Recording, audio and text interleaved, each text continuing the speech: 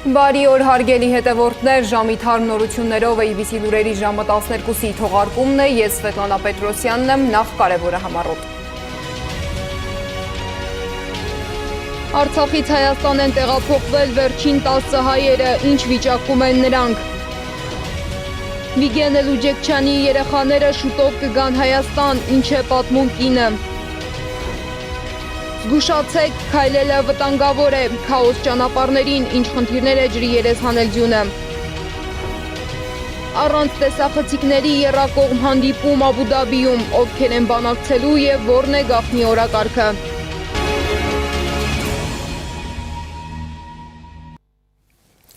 Երևանում գիշերվանից մինչև հիմա շարունակվում են ձնամաքրման և սառույցի դեմ կանխարգելիչ աշխատանքները։ Բուկ, սառած ճանապարհներ, վթարներ։ Երեկ ձյունը կաթվածահար էր արել ամբողջ հանրապետությունը։ Երևանի փողոցներում իսկական քաոս էր։ Մարդիկ չէին կարողանում տուն հասնել ոչ ոտքով, ոչ ավտոբուսով, ոչ էլ տաքսիով։ Facebook-ում մարդիկ գրում էին, որ ավտոբուսների վարորդներն անգամ հրաժարվել են շարունակել ճանապարհը մարդկանց այս եղանակին դրսում թողնելով։ Իսկ տաքսի կամ չկար, կամ էլ կար, բայց անմարդկային գնով։ Երեկվա այս քաոսից հետո մայրաքաղաքում քայլելը վտանգավոր է։ Մերկասառույց է Երևանի մայթերին ու բակային տարածքներում։ Շենքի բակից փողոց հասնելն իսկական փորձություն է, որի միջով անցել է նաև մեր թիմը։ Հանրապետության ճանապարհներին տիրող քաոսին հետևել է Սեդա Գյուրեղյանը։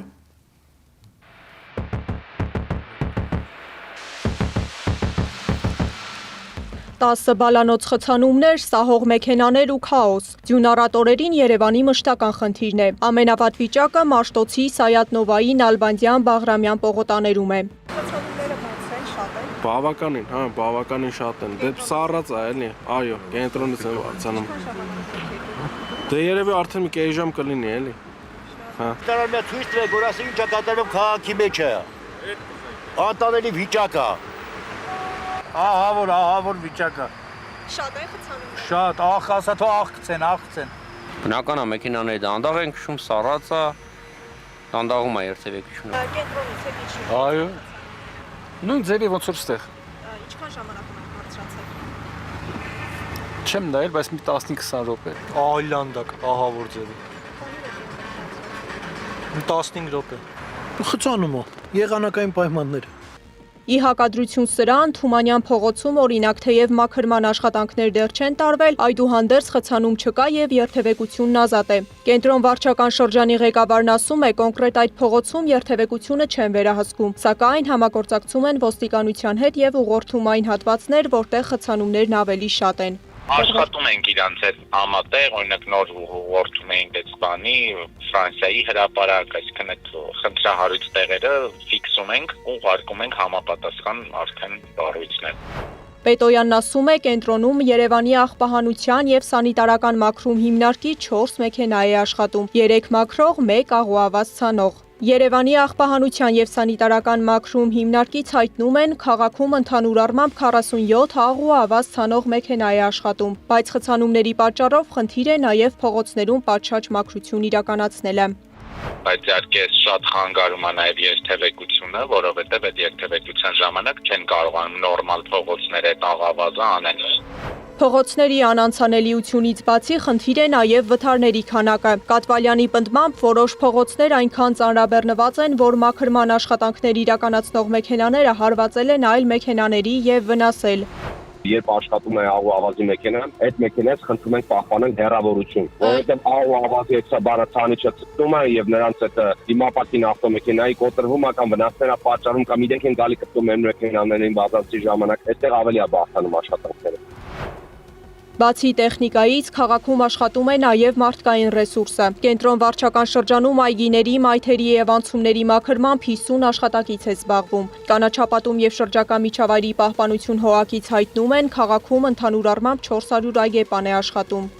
Այս պայծրությամբ իրականացնում են այգիների, պուրակների, ջերմուղիների մաքրման աշխատանքներ եւ որ ամենակարևորը վերնանցումների եւ գետնանցումների աստիճանավանդակների մաքրման աշխատանքներ։ Այս պահին կենտրոնում միաժամանակ գործում են սահմանափակ թվով տեխնիկա եւ հարյուրավոր աշխատակիցներ, մինչդեռ քաղաքի հիմնական պողոտաներում երթևեկությունը կանգնած է։ Այս ֆոնին տաքսուգները հասել են աստղաբաշխական թվերի։ Քաղաքացիները ստիպված են խցանումներում երկար սպասել եւ սովորական օրերի համեմատ վճարել գրեթե 3 անգամ ավելի։ Սեդա Գյուրեղյան, Սեդա Մակարյան, Տարոն Ղանդիլյան եւ Անդրանիկ Մասուրյան, ABC Media։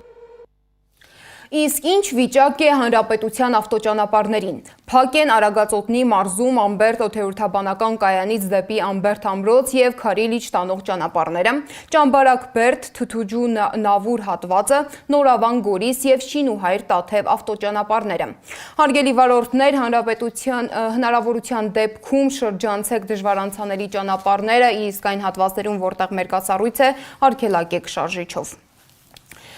Այսօր եւ առաջիկա 3 օրերին հանրապետությունում տեղումներ չեն լինի։ Ջերմաստիճանը հունվարի 24-ից 26-ը ցերեկային ժամերին աստիճանաբար կբարձրանա 3-ից 5 աստիճանով։ Մայրաքաղաքում այսօր ցերեկը կլինի 0-ից 2, իսկ երեկոյան 8-ից 10 աստիճան ցուրտ։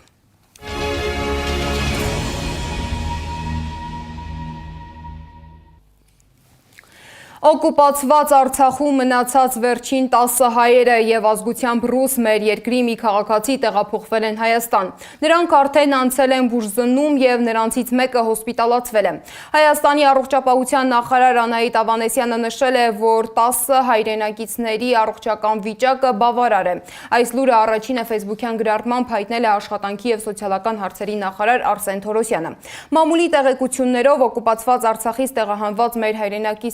մեր հայրենակիցները այժմ գտնվում են Գորիսի հյուրանոցներից մեկում։ Պետական որևէ մարմին մինչ այժմ չի հրապարակել վերադարձածների անվանացանկը։ Հարազատները սոցիալ նախարարի գրառումից են տեղեկացել, որ տեղափոխվողներ են եղել, ու մինչ այժմ անհանգիստ են։ Ովքեր են։ Միայն այն, որ իրենք 2 տարուց ավելի, գրեթե 2.5 տարի դիմացել են ադրբեջանական լծին, ու նույնիսկ այդքանից հետո չեն հարմարվել այդ պայմաններին ու դիմում են գրել, որպեսի տարհանվեն Արցախից, սա արդեն հստակ ցույց է, որ նույնիսկ ամենաանշառ ադրբեջանցիների համար, արցախցիների համար կյանքը դժոխք է ադրբեջանական լծի ներքո։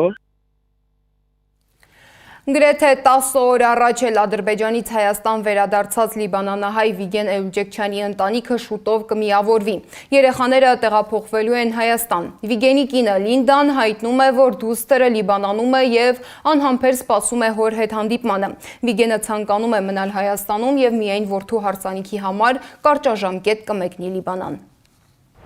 Մեր երեխաները պատրաստվում են տեղափոխվել Հայաստան։ Այս պահին մենք հյուրանոցում ենք ապրում, վճարումներն արված են 1-2 շաբաթվա համար։ Վիգենին խոստացել են տուն տրամադրել, երբ տունը լինի, մեր դուստրը Քրիստինը կգա մեզ մոտ։ Հիմա նա Լիբանանում հոգեթերապևտի է այցելում։ Մենք չէինք կարող տոմսեր գնել ընտանիքի բոլոր անդամների համար, որպեսզի հարսանիքը Հայաստանում անեինք, եւ այդ պատճառով հանդիսությունը Լիբանանում կկայանա։ Մենք կարող ենք Լիբանան մեկնել ցանկացած ժամանակ, բայց այս պահին Վիգենը որևէ փաստաթուղթ չունի։ Նրա հայկական անձնագիրն առգրավել է ադրբեջանական կողմը, իսկ լիբանանյան անձնագրի վավերականության ժամկետն ավարտվել է 4 տարի առաջ։ Հիմա ոչ անձնագիր ունի, ոչ անձը հաստատող փաստաթուղթ։ Բոլոր անհրաժեշտ փաստաթղթերը կտրամադրվեն նրա գործի քննությունից հետո։ Ստացած հարվածների հետևանքով մի ականջը լրիվ խլացել է։ Բացի այդ, նրան անհանգստացնում են մեջքի եւ պարանոցի ցավերը, եւ բուժումը պետք է շարունակվի։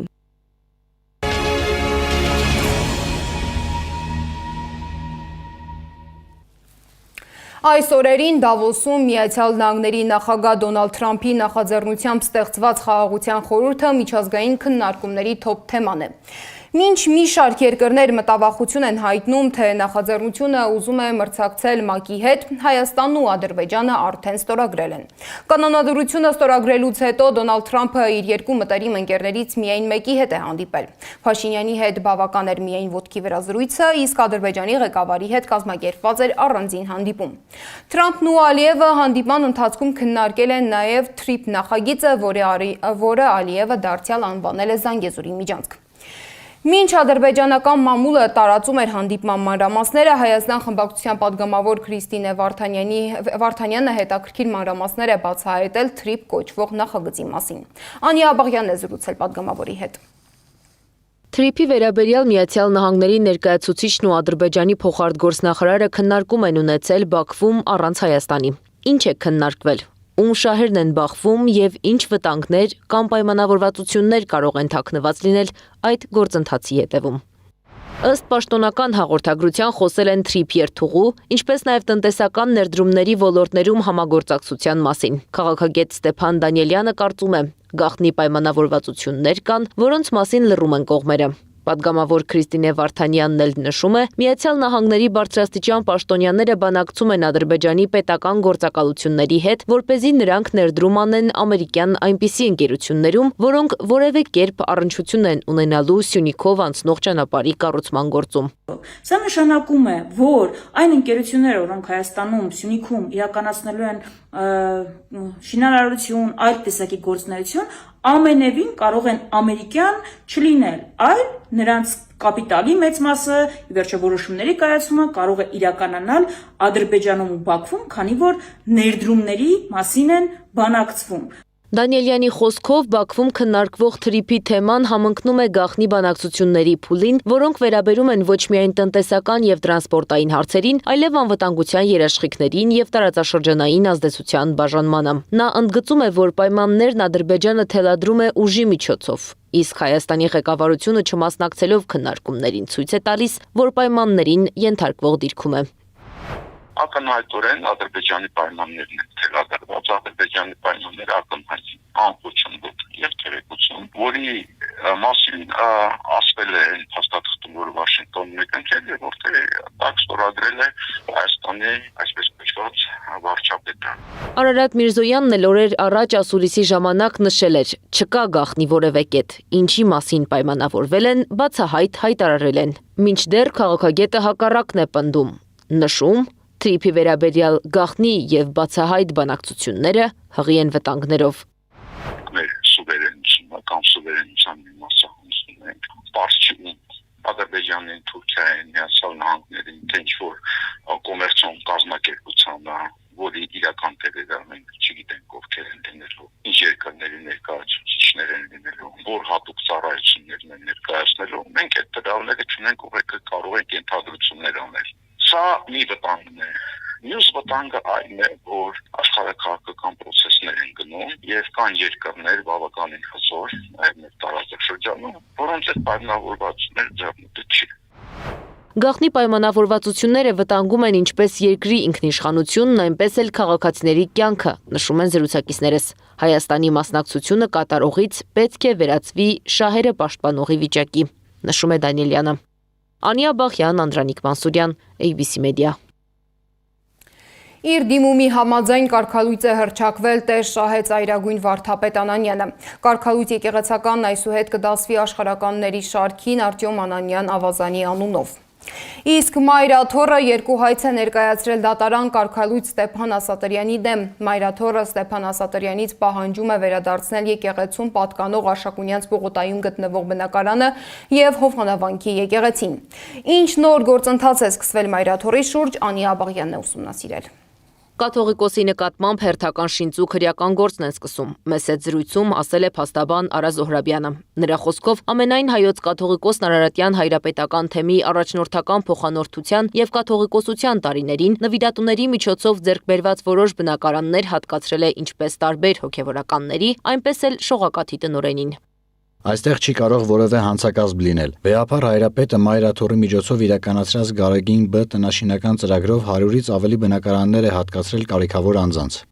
Շողակաթ հեռուստաընկերության տնօրենի խոսքով իրեն վկայի կարգավիճակով հրավիրել են քննչական կոմիտե։ Նա մանրամասներ չկարողացավ հայտնել։ Միակ տեղեկությունն այն է, որ քրեական գործը շողակաթի հետ առնչություն չունի։ Իսկ ինչ վարույթ է նախաձեռնվել, ինչ գործի մասին է խոսքը, քննչական կոմիտեն մեկնաբանություն չտվեց։ Դատախազությունում էլ Գարեգին երկրորդի վերաբերյալ վարույթ նախաձեռնված չէ, պատասխանել է դատախազությունը այսօր ԵՄ-ի գրավոր հարցմանը։ Իդեպ Մայրաթոռը երկու դատական հայց է ներկայացրել կարգալույծ հռչակված Ստեփան Ասատրյանի դեմ։ Եկեղեցին պահանջել է արգելել կարգալույծ հռչակված քահանային մուտք գործել Հովանավանքի եկեղեցու հետևյալ հատվածները՝ Սուրբ Խորան, Ավանդատուն եւ Ատյան։ Երկրորդ հայցով հայ առաքելական եկեղեցին խնդրել է պարտավորեցնել Ստեփան Ասատրյանին վերադարձնել հայ առաքելական եկեղեցուն սեփականության իրավունքով պատկանող Երևանի Արշակունյաց պողոտայում գտնվող բնակարանը, այդ թվում բնակարանի բանալիները, կարգալույց հռչակված քահանային եւ իր հետ բնակվող անձանց վտարելով նշված բնակարանից։ Երկու գործերն ինչքանով կապ ունեն միմյանց հետ, զուգադիպություն է,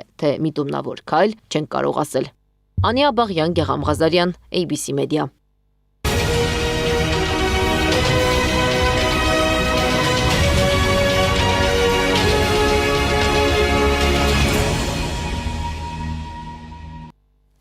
Առաջիկա 3 օրերին միջազգային հանրության ուշադրությունը սևեռված կլինի Աբու Դաբիի վրա, որտեղ այսօր մեկնարկել են Ռուսաստան, Ուկրաինա, ԱՄՆ եռակողմ բանակցությունները։ Հանդիպումներից առաջ պատվիրակությունների ղեկավարներին ընդունել է Արաբական Միացյալ Էմիրությունների նախագահը։ Բանակցությունների առաջին փուլն անցնում է փակ ռեժիմով, օրակարգի առանցքային թեման Դոնբասն է, ինչի մասին ավելի վաղ հայտարարել էր Ուկրաինայի նախագահ Վլադիմիր Զելենսկին։ Աբու Դաբիում տնտեսական համագործակցության հարցերով կհանդիպեն նաև Ամերիկայի Միացյալ Նահանգների և Ռուսաստանի նախագահների բանագնացներ Կիրիլ Դիմիտրիևը և Սթիվ Ուիտկոֆը։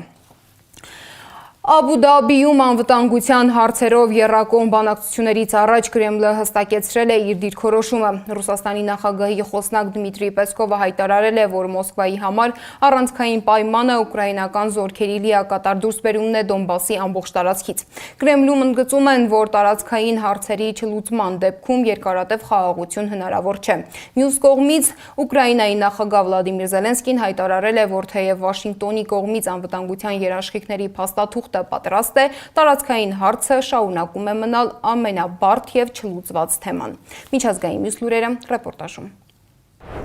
Ամերիկայի Միացյալ Նահանգների նախագահ Դոնալդ Թրամփը հայտարարել է, որ ՆԱՏՕ-ի հետ ապագա համաձայնագրի շրջանակում Միացյալ Նահանգները լիակատար և մշտական հասանելիություն կստանա Գրենլանդիային։ Դավոսում կայացած համաշխարհային տնտեսական ֆորումից վերադառնալուց հետո Թրամփն ասել է, որ բանակցություններ են ընթանում նոր համաձայնագրի շուրջ, որը շատ ավելի առատաձեռն կլինի Միացյալ Նահանգների հանդեպ։ Շրջանցելով ինքնիշխանության վերաբերյալ հարցերը նա նշել է. «Մենք պետք է կարողանանք անել այն, ինչ ուզում ենք»։ ՆԱՏՕ-ի գլխավոր քարտուղար Մարկ Ռյուտեն իր հերթին նշել է, որ դաշնակիցները պետք է ուժեղացնեն իրենց հանձնառությունն Արկտիկայի անվտանգությունը Ռուսաստանից և Չինաստանից պաշտպանելու հարցում։ Դավոսում Իլոն Մասկը բառախաղով ծաղրել է Թրամփի նորաստեղծ խաղաղության խորհուրդը։ Լսեցի խաղաղության խորհրդի կազմավորման մասին և մտածեցի. երևի նկատի ունեն PIEC, օգտագործում է peace կտոր բառը, անգլերեն peace խաղաղություն բառի փոխարեն։ Մի փոքրիկ կտոր Գրենլանդիայից, մի փոքրիկ կտոր Վենեսուելայից, ասել է Մասկը ծիծաղ առաջացնելով դահլիճում։ You know, a little piece of Greenland, a little piece of Venezuela. we got one. All we want is peace. Okay, I'm going to Իդեպ Թրամփն ապրիլին կայցելի Չինաստան, իսկ Սի Ցինփինը տարեվերջին կայցելի Ամերիկայի Միացյալ Նահանգներ։ Տեղեկությունը հայտնել է Միացյալ Նահանգների նախագահը։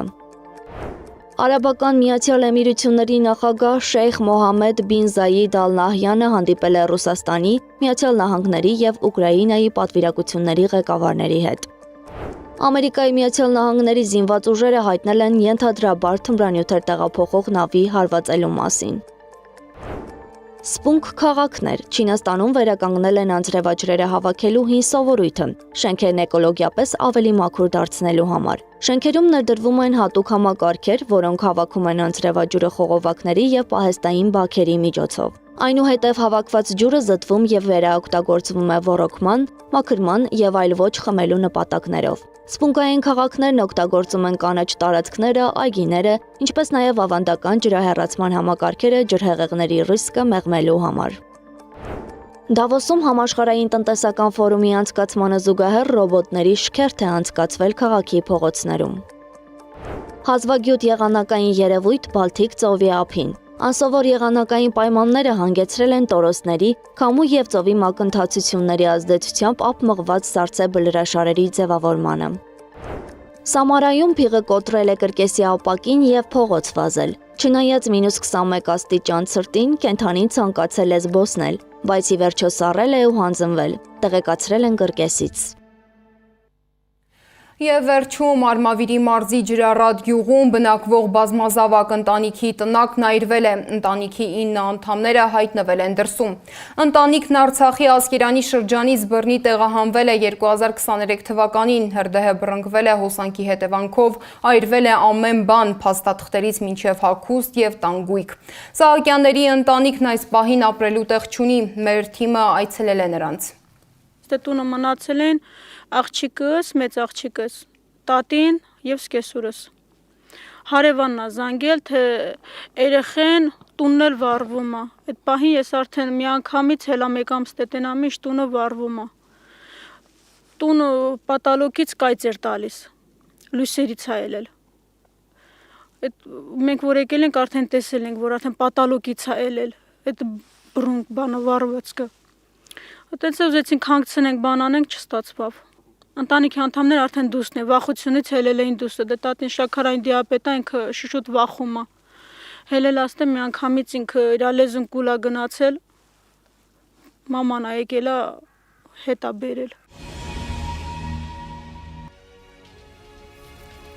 Այս ժամի համար նախատեսել էինք այսքանը, շարունակեք հետևել մեզ YouTube-ում, Facebook-ում, Telegram-ում, WhatsApp-ում, Instagram-ում ու TikTok-ում կամ այցելեք մեր պաշտոնական կայք 3w.abc.media.am։ ABC լուրերի գլխավոր թողարկումը եթերում կլինի ժամը 18-ին։ Ես Սվետլանա Պետրոսյանն եմ, կհանդիպենք։